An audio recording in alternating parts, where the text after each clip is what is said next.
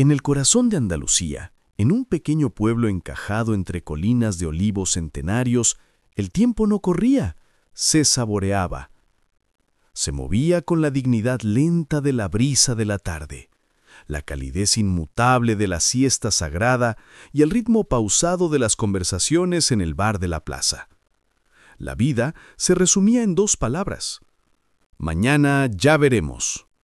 Pero en medio de esta paz dorada nació una anomalía, un corazón que latía con una prisa que era, a ojos de sus vecinos, descaradamente ilegal: Rafael Moreno. Rafael no era un hombre, era un cronómetro envuelto en carne humana.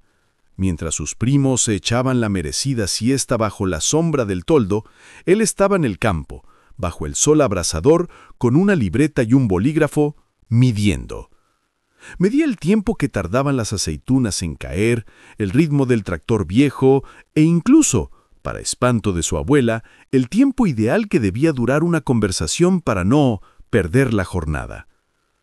Su padre, un hombre de campo, robusto y paciente, simplemente se encogía de hombros. «Paciencia, hijo. La tierra tiene su propio ritmo. No se le puede poner un reloj». Pero Rafael sentía una furia silenciosa contra esa ineficiencia ancestral. Veía cómo se perdía parte de la cosecha, cómo el lento ritual del trabajo resultaba en menos beneficio, y su ambición crecía como una fiebre.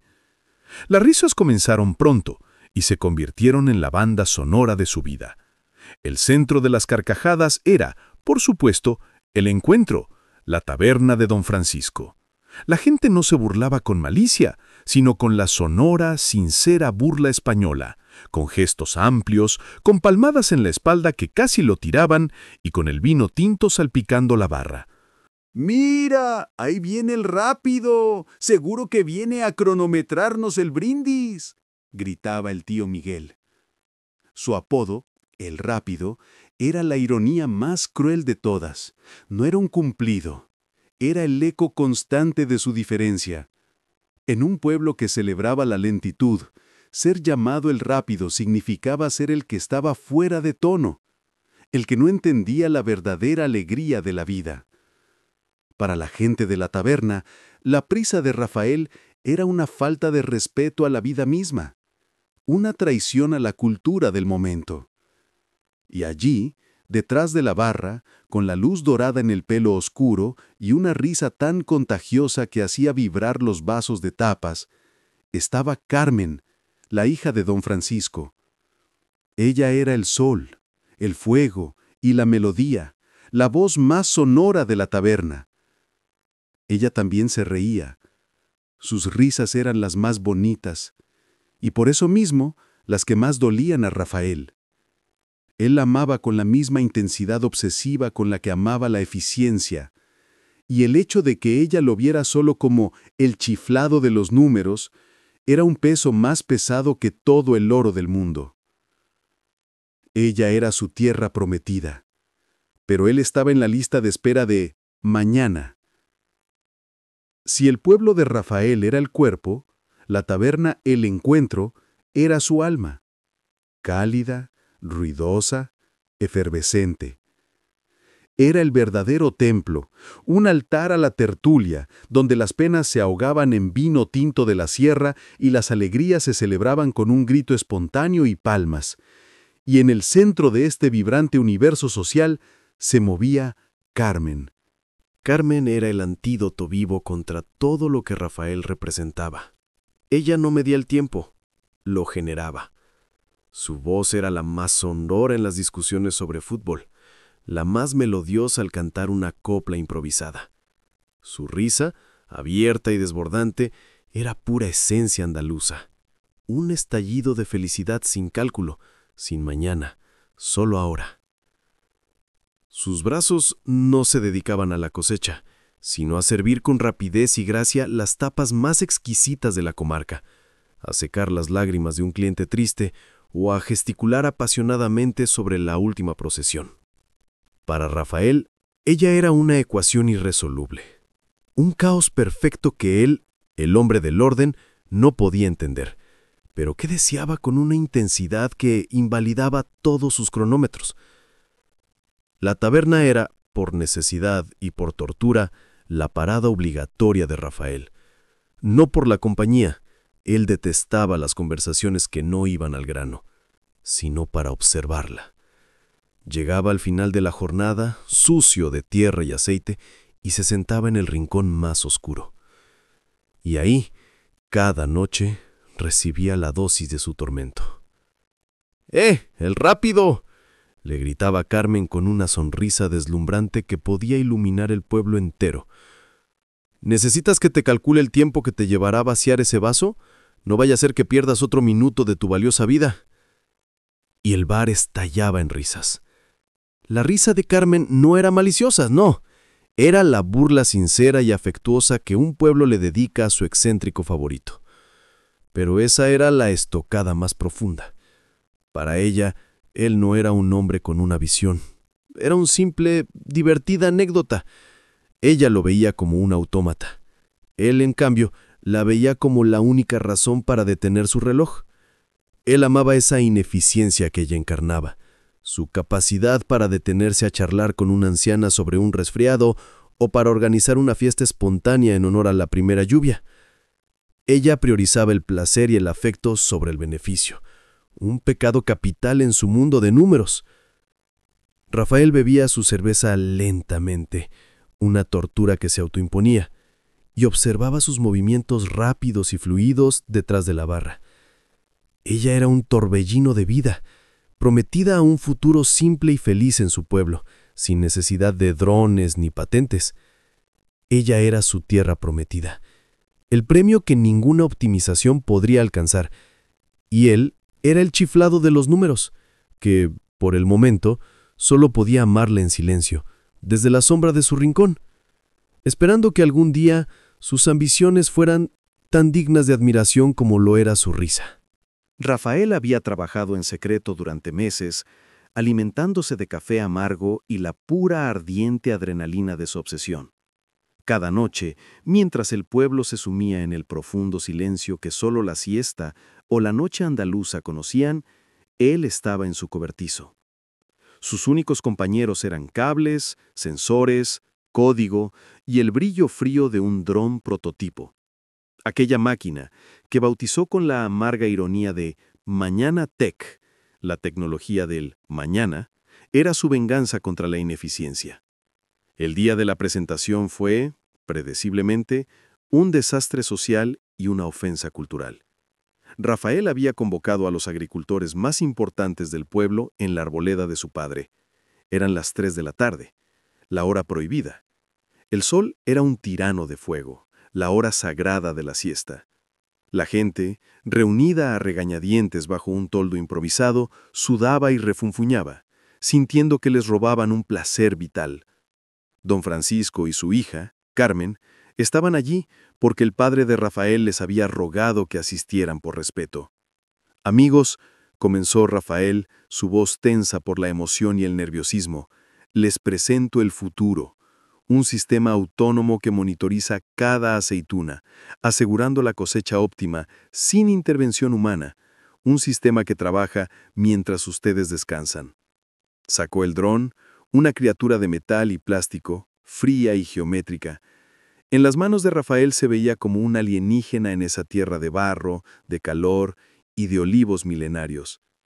El primer murmullo no fue de incomprensión, sino de profunda indignación. «¿Y tú crees, Rafaelito?», dijo el tío Miguel, el rostro rojo por el calor y el alcohol de la comida, «que esta cosa ruidosa entiende el alma del olivo? ¿Crees que el aceite que se recoge a toda prisa tiene el duende de nuestra tierra? La prisa es enemiga de la calidad». Pero el verdadero huracán se desató cuando Rafael encendió el dron. Un zumbido agudo y persistente rasgó la paz de la hora de la siesta. El sonido era una blasfemia tecnológica para los oídos andaluces. Era el ruido de la prisa inútil invadiendo el templo del descanso. Carmen, con las manos en la cintura, se echó a reír. Era una carcajada fuerte, sin filtro, que resonó como una campana entre los árboles. «Rafael, eres el colmo. Hasta los gatos se están tomando la siesta y tú pones a volar un juguete que parece un mosquito gigante. La risa de Carmen fue la cuchillada final. Ella no solo se reía de la máquina, se reía de su intento de cambiar lo inmutable. Para ella, él estaba intentando venderles algo que ellos ya poseían, la capacidad de disfrutar el momento. La mañana tech era un insulto a su cultura. Rafael sintió el calor de la vergüenza subir por su cuello, pero en lugar de retirarse, se irguió. Miró a Carmen, cuyo rostro estaba enrojecido por la diversión. Sí, se reían, hoy se reirían, pero pronto, se prometió a sí mismo, esta máquina les daría una cosecha tan gloriosa que sus risas se ahogarían en la abundancia del aceite más puro. Se dio la vuelta, apagó el dron y se fue, dejando al Mañana Tech bajo el sol abrasador, un símbolo solitario de su fe inquebrantable. La vergüenza de aquel día bajo el sol no destruyó a Rafael, lo fundió y lo forjó. La risa de Carmen, más que el escepticismo pétreo de los hombres, se había incrustado en su alma como una astilla ardiente, dándole el combustible que necesitaba. Se retiró a su cobertizo, no como un niño ofendido, sino como un monje devoto de su código. El tiempo se aceleró para él, mientras para el resto del pueblo seguía fluyendo con la densa dulzura de la miel. Llegó la cosecha, el momento cumbre, la fiesta sagrada y extenuante de la aceituna. Los hombres salieron al campo con el ritual de siglos, redes, varas, sudor y el sol de Andalucía golpeando sin piedad. El trabajo era duro, lento, y por noble que fuera el esfuerzo manual, era ineficiente. Las horas de la siesta forzaban parones y el retraso significaba que algunas aceitunas pasaban su punto óptimo. La pérdida era un coste aceptado, parte del duende de la tierra. Pero Rafael no se unió a la procesión. Él esperó. Una mañana, cuando el cielo aún estaba teñido del púrpura frío de la madrugada, antes de que el sol se convirtiera en un tirano de fuego, Rafael activó su sistema. Los agricultores, al ver los pequeños drones alzarse silenciosamente sobre los olivos, sintieron un escalofrío. No llevaban varas, llevaban sensores. No se movían con la urgencia humana, sino con la precisión robótica. Mañana Tech estaba trabajando, sin prisas, pero sin pausas. El contraste fue doloroso a la vista. Mientras los hombres se detenían a media tarde, exhaustos y deseando el respiro del encuentro, las máquinas de Rafael seguían su danza silenciosa, monitoreando la humedad, la maduración y recogiendo el fruto justo en el segundo exacto de perfección. El sistema de Rafael no entendía de fatiga, ni de calor, ni de mañana. Solo entendía de rendimiento. Cuando se procesó el primer lote de aceite de la parcela de Rafael, el rumor se extendió como un incendio. No solo había recogido 400 kilos más que el año anterior, un asombroso 40% de aumento, sino que la calidad del aceite era indiscutible. Era un aceite de oliva virgen extra de un color dorado-verde tan profundo, con un sabor tan puro y complejo, que silenciaba cualquier argumento sobre el alma del olivo. Era la tierra honrada por la precisión. En la taberna esa noche no hubo risas. Tío Miguel, que había sido el más ruidoso de los detractores, se acercó a la barra, con la botella de aceite de Rafael en la mano. Su rostro no mostraba alegría, sino una mezcla de asombro y derrota. «Don Francisco», murmuró, casi inaudiblemente, «este muchacho, este aceite...»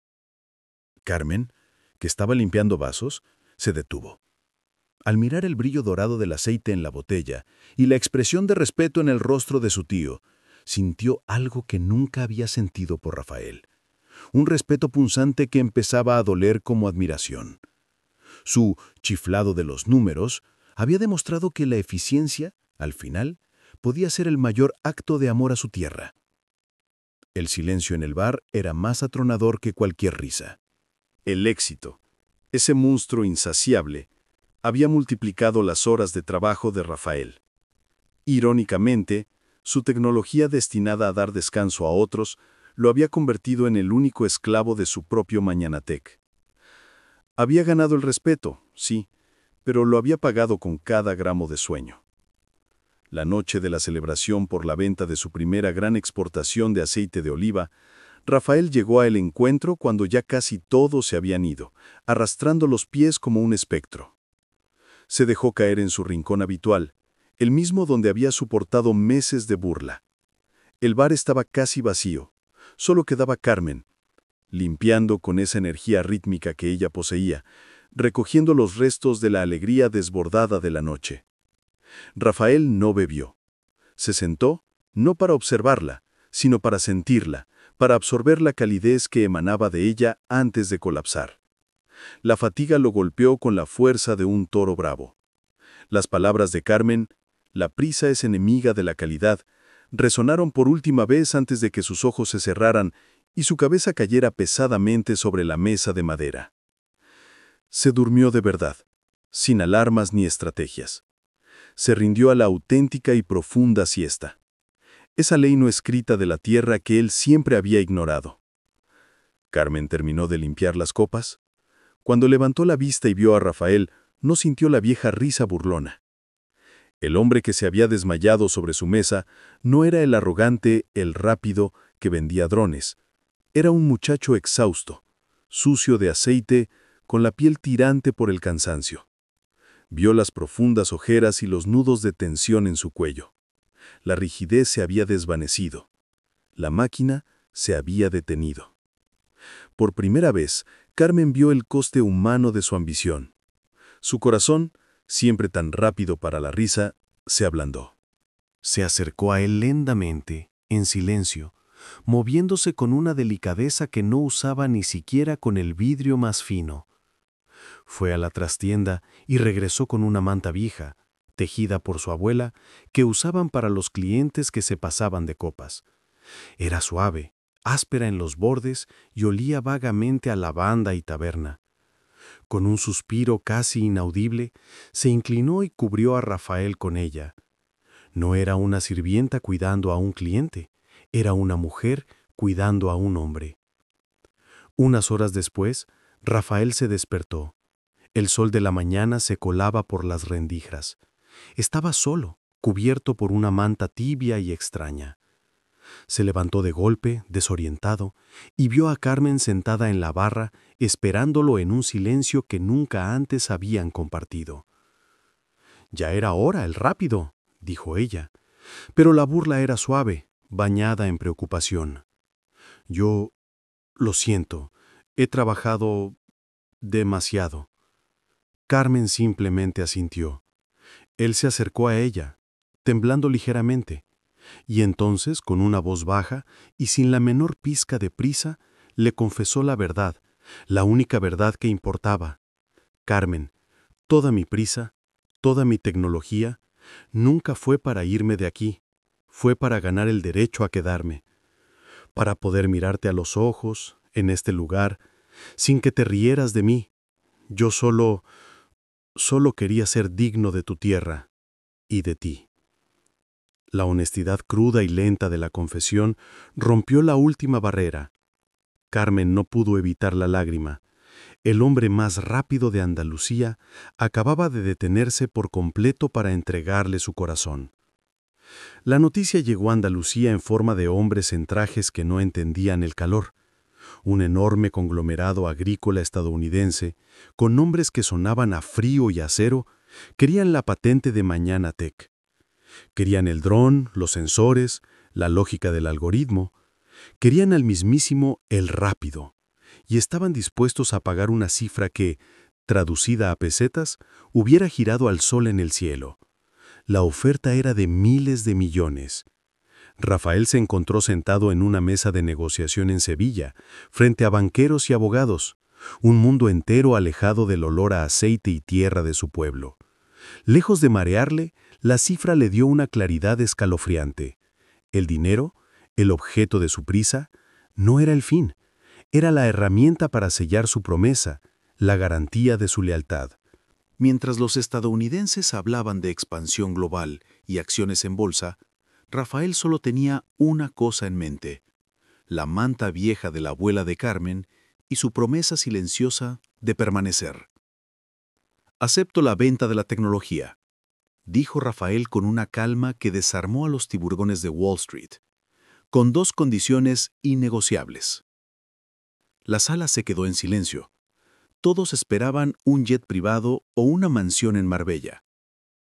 Primero, la tecnología Mañana Tech se queda en mi pueblo y en toda la región andaluza a un coste simbólico. Mis vecinos y mi gente tienen derecho a la misma prosperidad. Su éxito no será a costa de su siesta, sino para honrarla. La segunda condición fue aún más rotunda, un eco directo del alma española. Segundo, yo no me voy. El CEO de Mañana Tech, o lo que quede de él, se queda aquí, en su tierra, en su casa y en su taberna. La venta se cerró con un apretón de manos frío, pero las condiciones se cumplieron.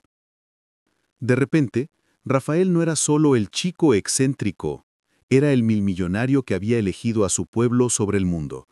Había traído el tesoro a casa. La noticia se celebró como si hubiera ganado el Real Madrid en la final de la Copa del Rey. El dinero de Rafael se sintió como el dinero de todos. Era el triunfo del hijo pródigo, la prueba de que se podía ser un genio y, sin embargo, ser un andaluz fiel. Esa noche, el encuentro estalló. En una fiesta, el padre de Carmen abrazó a Rafael como a un hijo perdido, y la misma Carmen, con una lágrima en la mejilla, levantó una copa de Jerez. Ya no se reía de él, sino con él. Rafael, por primera vez en su vida, sintió que su velocidad había valido la pena, no por los miles de millones, sino porque había comprado el único bien que no podía automatizar, su lugar en el corazón de su gente. La boda de Rafael y Carmen no fue un evento, fue un cataclismo de júbilo. No se celebró en un hotel elegante de Sevilla, sino en el corazón palpitante de su historia, la taberna El Encuentro. Las mesas se extendían por la plaza, adornadas con claveles rojos y blancos, el aire vibraba con guitarras de flamenco y el olor de paella y jamón ibérico. Fue una auténtica boda andaluza, ruidosa, interminable y llena de besos en las mejillas, donde cada uno de los 200 invitados sentía que era parte de la familia. Carmen, vestida con un traje de encaje que resaltaba su pasión, no dejaba de reír. Por primera vez, Rafael sintió que la velocidad de su vida se alineaba perfectamente con el ritmo de su corazón. Cuando llegó el momento del brindis, se hizo un silencio expectante. Todos esperaban que el milmillonario hablara de éxito, de inversiones o de drones, pero Rafael se levantó, tomó su copa de Jerez y miró a su esposa, con una calidez que derritió el último rastro de El Rápido en su mirada. Amigos, familia, y tú, mi Carmen. Su voz, habitualmente contenida, resonó con una emoción rara y profunda. Toda mi vida he corrido. Me apodaron El Rápido porque quería ser más veloz que el tiempo. Quería más, quería mañana. Yo creía que el éxito era acumular, que la vida estaba en el futuro, en el próximo cheque, en la próxima cosecha perfecta. Hizo una pausa, y su mirada recorrió los rostros de sus vecinos, las caras arrugadas de los viejos olivareros, y se detuvo en la sonrisa de Carmen. Pero fui un tonto. Fui el más rico y el más ciego. Aquí, en esta taberna, donde las risas son más fuertes que el viento y los abrazos son más firmes que el roble, aquí me enseñasteis que el verdadero mañana no es el día que viene. El verdadero mañana es lo que construyes hoy, con la gente que amas. No es posponer, sino invertir cada momento, cada lágrima y cada copa de vino en el ahora. Levantó la copa más alto. Las lágrimas se asomaron a los ojos de su suegro, don Francisco, y la propia Carmen se llevó las manos a la boca, abrumada por la dulzura de sus palabras. He comprado una empresa por miles de millones, pero lo único que de verdad he comprado es el tiempo para no perderme ni una sola siesta con esta mujer. Por la vida lenta, por la pasión andaluza y por el ahora. ¡Salud! El grito de viva estalló en la plaza. La gente se abrazó, Se besó y rompió a bailar el flamenco con una energía renovada. El brindis de Rafael no fue solo por su boda, fue una declaración de amor a su cultura, que había aprendido a valorar más que cualquier riqueza. Se inclinó y besó a Carmen con la pasión de 1000 siestas perdidas. Había conquistado el mundo, sí, pero lo más dulce era haber conquistado su propia vida.